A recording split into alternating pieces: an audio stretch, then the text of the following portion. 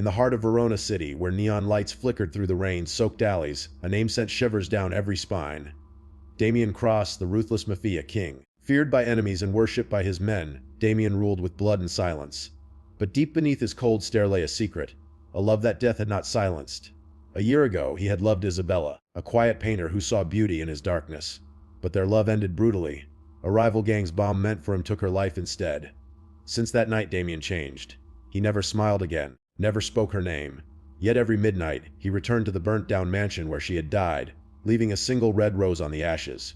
One night, as thunder rumbled and rain poured like tears, Damian stood in front of the ruins again. But something was different. The air grew colder. The shadows around him moved.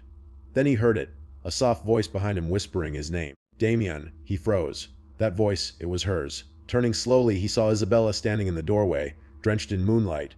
Her white dress was stained with soot, her eyes glimmering with sorrow. "You came back," he whispered, his voice breaking for the first time in years. She smiled faintly. "You promised you'd never leave me." He stepped closer, reaching out trembling. Her touch was cold as ice, but he didn't care. "I've killed men for you. I've burned cities for you," he murmured. "Then die for me," she said softly. The lights flickered. The sound of footsteps echoed from the dark. Damian's men burst into the ruins shouting warnings. "Boss! It's a setup!" But when they entered, Isabella vanished into smoke. A rival Mafia leader, Marco Vale, appeared from the shadows, gun raised. Shots fired, chaos. Damian fell to the ground, blood spilling, vision fading. But as he closed his eyes, Isabella appeared again, kneeling beside him. "You kept your promise," she whispered. "Now we can be together." When the police arrived hours later, they found Damian's body, a faint smile frozen on his lips, and a single white rose resting on his chest.